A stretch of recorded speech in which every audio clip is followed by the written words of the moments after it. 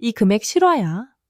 야구의 왕 시즌 1 출연료가 내부 관계자 발언을 통해 구체적인 수치로 흘러나오면서 커뮤니티가 순식간에 뒤집혔다.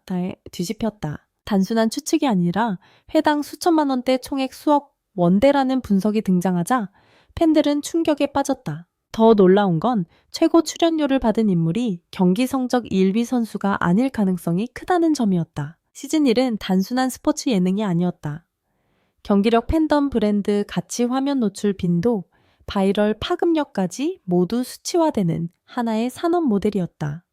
그리고 그 중심에는 돈이 있었다. 출연료는 단순한 보상이 아니라 선수의 현재 시장 가치와 미래 확장성을 평가한 결과였다. 김문하, 송하, 장수영, 노자와 아야카, 박하얀, 주수진.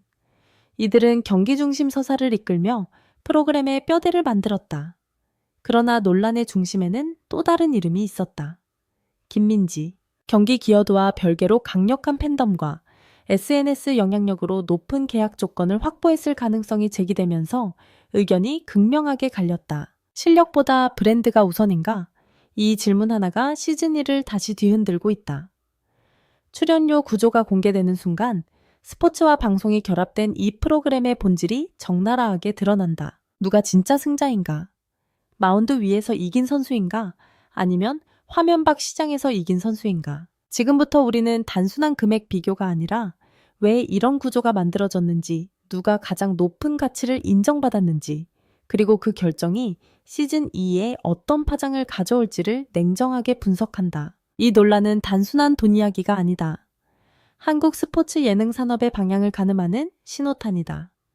시즌 1의 출연료 구조를 이해하려면 먼저 핵심 경기력 자원들의 가치를 정확히 짚어야 한다. 단순히 많이 등장한 선수가 아니라 실제 승패 흐름을 바꾼 인물들이 누구였는지가 출발점이다. 김문하는 안정적인 수비와 결정적인 순간의 집중력으로 팀 균형을 유지한 축이었다. 눈에 띄는 퍼포먼스보다 실수 없는 경기 운영이 강점이었고, 제작진 입장에서는 서사를 안정적으로 끌고 갈 수 있는 신뢰 자원이었다. 이런 유형의 선수는 화려함은 적어도 장기 촬영에 있어 가장 중요한 기반이다. 송가는 또 다른 축이었다. 테니스 선수 출신 특유의 반응 속도와 타격 감각은 매 경기 장면을 만들었다. 단순한 기술을 넘어 상황 판단과 순간 대처 능력이 뛰어났고, 카메라가 가장 좋아하는 플레이를 반복적으로 만들어냈다. 조회수가 높게 나오는 장면에는 늘 송가의 클립이 포함되어 있었다는 점이 이를 증명한다. 장수영은 팀 내에서 심리적 중심 역할을 했다. 위기 상황에서 흔들리지 않는 태도는 경기 흐름을 다시 끌어오는 장면을 여러 차례 연출했다. 스포츠 예능은 단순한 기술 경쟁이 아니라 감정의 흐름을 담는 콘텐츠다. 장수영은 그 감정선을 가장 안정적으로 유지한 선수였다. 노자와 아야카는 후반부 등장에도 불구하고 강한 임팩트를 남긴 사례다.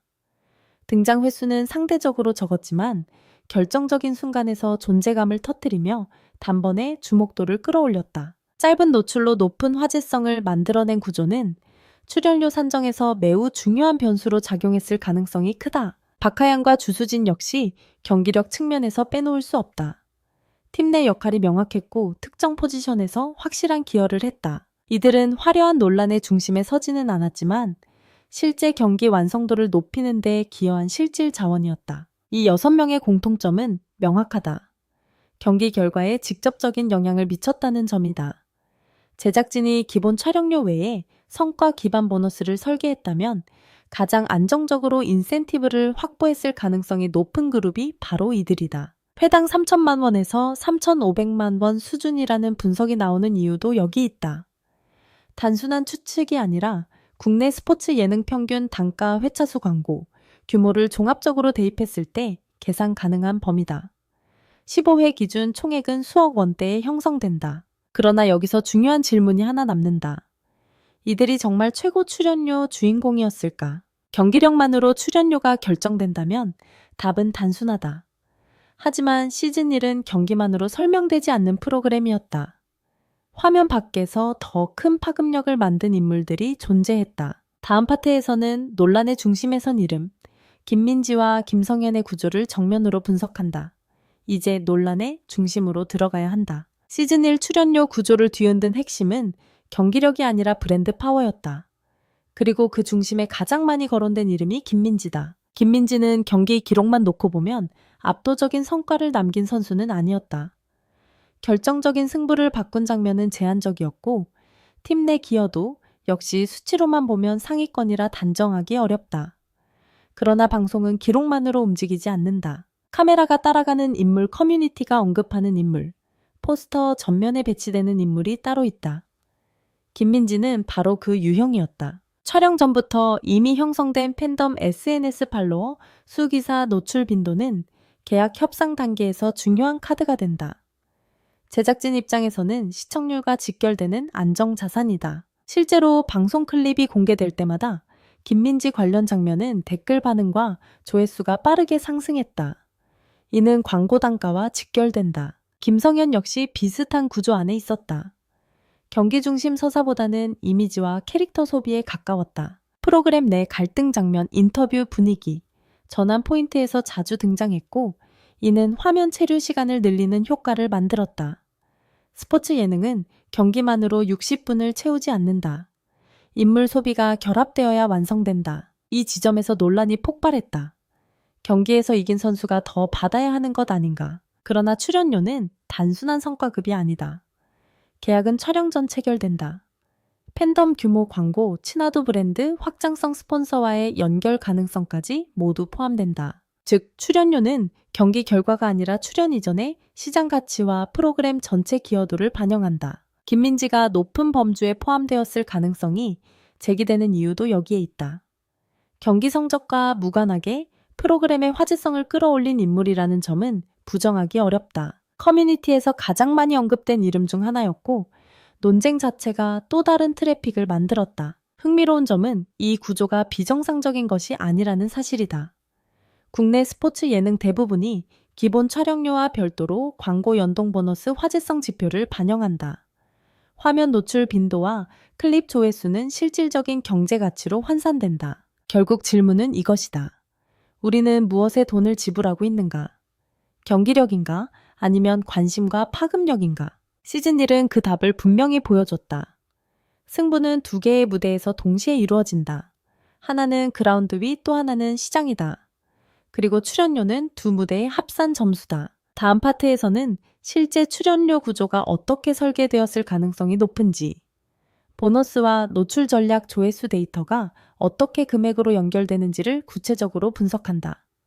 이제 숫자의 구조를 해부할 차례다. 출연료 논란은 감정의 문제가 아니라 시스템의 문제다. 시즌 1이 어떤 방식으로 금액을 설계했는지를 분석하면 흐름이 보인다. 국내 스포츠 예능의 일반적인 계약 구조는 세 단계로 나뉜다. 기본 촬영료 성과, 기반 인센티브, 그리고 광고 및 시청률 연동 보너스다. 기본 촬영료는 촬영 참여 자체에 대한 대가다. 경기 성적과 무관하게 지급된다. 여기서 이미 선수별 차등이 발생한다. 팬덤 규모와 계약 시점의 시장 가치가 반영되기 때문이다. 두 번째는 성과 기반 보너스다.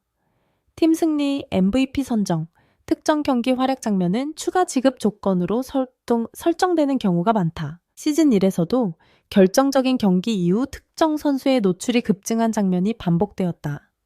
이는 단순 편집이 아니라 성과 서사를 강화하는 구조다. 성과가 화제가 되면 광고 단가가 올라간다. 광고 단가가 오르면 인센티브 지급 여력이 생긴다. 세 번째가 핵심이다. 광고 및 조회수 연동 구조다. 시즌 1 일부 클립은 100만 뷰를 넘어섰다. 조회수는 단순 숫자가 아니다. 스폰서 노출 가치와 직결된다. 특히 인터뷰 장면, 갈등 장면, 극적인 승부 장면은 재생 시간이 길어 광고 효율이 높다. 이 지점에서 노출 빈도가 많은 선수는 실질적으로 프로그램 수익 창출에 기여한다. 노자와 아야카가 짧은 출연에도 높은 주목도를 기록한 이유도 이 구조 안에서 설명된다. 결정적 순간의 등장에 강한 인상을 남겼고 해당 장면이 반복 소비되었다. 짧은 출연이 오히려 희소성을 만들어 조회수 효율을 높였다. 송하와 장수영은 또 다른 방식으로 안정적인 가치를 만들었다. 매 경기 일정 수준 이상의 퍼포먼스를 유지하며 프로그램 몰입도를 끌어올렸다. 몰입도가 높으면 이탈률이 줄어든다. 이탈률 감소는 광고 완주율 상승으로 이어진다. 이는 제작진 입장에서 매우 중요한 지표다. 김민지와 김성현의 경우는 화제성 기반 수익 모델에 가깝다. 논란이 생길 때마다 커뮤니티 트래픽이 급증했고 해당 이름이 포함된 클립의 조회수가 빠르게 상승했다. 이는 직접적인 광고 수익과 연결된다. 결과적으로 경기력과 다른 방식으로 경제적 기여를 한 셈이다. 따라서 출연료는 단순한 고정 비용이 아니라 투자에 가깝다. 제작진은 가장 많은 수익을 창출할 가능성이 있는 인물에게 더 많은 금액을 배분한다. 경기 성적이 절대 기준이 아닌 이유가 여기에 있다. 이 구조를 이해하면 최고 출연료 주인공이 반드시 승률 1위 선수일 필요는 없다. 브랜드 파워, 노출, 효율, 조회수, 파급력, 광고, 친화도까지 종합 점수가 더 중요하다. 이제 마지막 질문이 남는다. 이 구조가 시즌2에서는 어떻게 변할 것인가? 그리고 누가 더 높은 협상력을 확보하게 될 것인가? 다음 파트에서 시즌1 데이터가 시즌2 계약 구조에 어떤 영향을 미칠지, 그리고 균형 문제는 어떻게 해결될 수 있을지 정리한다. 이제 시즌2를 바라볼 시간이다. 시즌1에서 드러난 출연료 구조는 단순한 과거 이야기가 아니다. 그것은 다음 계약의 기준이 된다. 데이터는 기억을 남기고 기억은 협상력을 만든다. 시즌1에서 누가 가장 많은 조회수를 기록했는지, 어떤 장면이 바이럴 되었는지, 어느 선수가 광고 친화적 이미지를 형성했는지는 모두 수치로 남아있다. 제작진은 감으로 움직이지 않는다. 숫자로 움직인다. 이 숫자는 곧 계약 테이블 위에서 가장 강력한 무기가 된다. 김문아, 송아, 장수영, 노자와 아야카, 박하얀, 주수진. 이들은 경기력 기반 안정 자원이다. 시즌2에서도 중심축을 맡을 가능성이 크다. 특히 경기 몰입도를 유지한 선수들은 프로그램 신뢰도를 지키는 핵심이기 때문에 기본 촬영료 상승 가능성이 존재한다. 김민지와 김성현은 또 다른 변수다. 화제성 지표와 SNS 파급력이 유지된다면 협상 구조는 오히려 더 유리해질 수 있다. 시즌1 논란 자체가 브랜드 가치를 키웠다면 역설적으로 시장 가격은 올라간다. 스포츠 예능은 관심을 먹고 자란다. 그러나 위험도 존재한다. 상업성이 지나치게 강조되면 경기 본질이 희석될 수 있다. 시청자는 결국 긴장감 있는 승부를 원한다. 만약 브랜드 중심 배치가 과도해질 경우 몰입도 하락으로 이어질 가능성도 배제할 수 없다. 제작진에게 가장 어려운 과제는 균형이다. 데이터 기반 선발과 팬덤 확장 전략은 분명 효율적이다. 하지만 스포츠의 본질적 재미와 감정선을 유지하지 못하면 장기 지속성은 약해진다. 시즌2는 단순한 연장이 아니라 구조조정의 시험대다. 출연료는 이제 단순한 숫자가 아니다. 선수의 시장 가치 프로그램 기여도 미래 확장성을 동시에 반영하는 지표다. 최고 출연료 논란은 결국 스포츠 예능이 어디까지 산업화되었는지를 보여주는 신호였다. 우리는 지금 하나의 변곡점에 서 있다. 그라운드 위의 승자와 시장에서의 승자가 동일할 것인가, 아니면 계속 분리될 것인가. 시즌2는 그 답을 내놓아야 한다. 야구 여왕 시즌1은 단순한 예능이 아니었다. 그것은 스포츠와 자본 팬덤과 데이터가 결합된 하나의 경제 모델이었다. 그리고 그 모델은 이제 더 정교해질 준비를 하고 있다.